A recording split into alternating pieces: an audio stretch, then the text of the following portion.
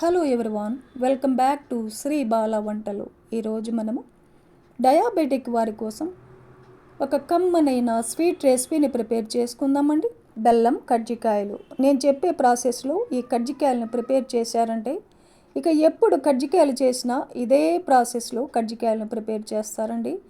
ఎందుకంటే వెన్నలా కరిగిపోతాయన్నమాట ఈ కజ్జికాయలు. టేస్టీగా, క్రిస్పీగా చాలా చాలా బాగుంటాయి. మరైతే లేట్ చేయకుండా మనం ప్రాసెస్లోకి వెళ్ళిపోదాం. ఈ కజ్జికాయల రెసిపీని ఎలా ప్రిపేర్ చేసుకోవాలి అనేది ప్రాసెస్లోకి వెళ్ళిపోదాం, చూసేద్దాం పదండి. ఒక మిక్సింగ్ బౌల్ పెట్టేసుకొని 1 కప్పు మైదా పిండి వేసుకోవాలి. మైదా పిండిని జల్లించి తీసుకున్నానండి. చిటికెడంతా సాల్ట్ వేసేసుకొని చిటికెడంతా కుకింగ్ సోడా వేసుకోవాలి. కుకింగ్ సోడా ఎక్కువ వేయకూడదండి, కొద్దిగా వేసుకుంటే సరిపోతుంది. వేడి వేడి నెయ్యిని ఒక 3 టేబుల్ స్పూన్లు నెయ్యి వేస్తున్నాను. మీరు నెయ్యికి బదులుగా ఆయిల్ అయినా తీసుకోవచ్చు. నెయ్యి చాలా వేడిగా ఉంటుంది కదండి. ఫస్ట్ చేతితో కాకుండా స్పూన్తో కలిపేసుకొని తర్వాత చేతితో రబ్ చేస్తూ పిండిని కలిపేసుకోవాలి. ఇలా కలిపేశాక పిండిని ప్రెస్ చేసి చూడండి, ఇలా ముద్దగా రావాలన్నమాట. అప్పుడే మనం వేసిన నెయ్యి సరిగ్గా సరిపోయినట్టు. ఇప్పుడు కొద్ది కొద్దిగా వాటర్ని యాడ్ చేస్తూ పిండిని కలిపేసుకోవాలి.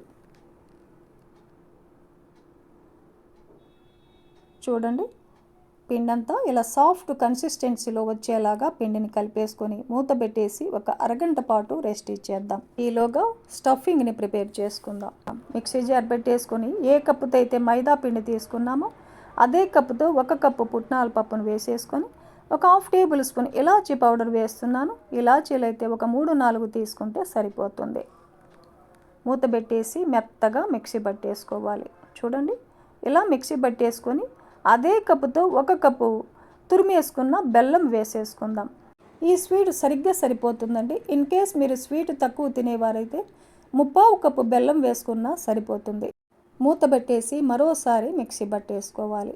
చూడండి, ఇలా మిక్సీ పట్టేసుకొని ఒక బౌల్లో వేసేసుకుందాం.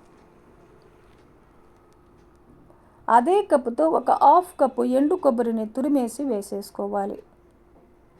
ఈ ఎండు కొబ్బరి పుట్నాల పొడిలో బాగా కలిసేలాగా కలిపేసుకుందాం. మనకిప్పుడు స్టఫింగ్ రెడీ అయిపోయింది.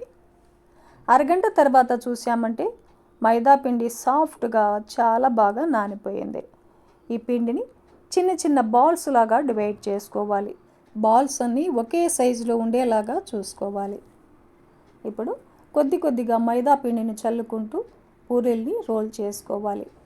చూడండి, ఇలా పలుచగా పూరీని రోల్ చేసామంటే ఈ థిక్నెస్లో కజ్జికాయలు తింటున్నప్పుడు వెన్నలా కరిగిపోతాయి అన్నమాట. పూరీలన్నీ ఇలా రోల్ చేసుకున్న తర్వాత కజ్జికాయలు చేసుకోవడానికి ఇలాంటి ప్లాస్టిక్ బాక్సులు కానీ చెక్కతో చేసిన బాక్సులు కానీ సూపర్ మార్కెట్లో మనకు అవైలబుల్గా ఉంటాయండి. ఇప్పుడు కజ్జికాయల బాక్స్కి ఆయిల్ని అప్లై చేసుకోవాలి. ఇలా ఆయిల్ని అప్లై చేసామంటే కజ్జికాయలు అంటుకోకుండా ఈజీగా వచ్చేస్తాయి అన్నమాట.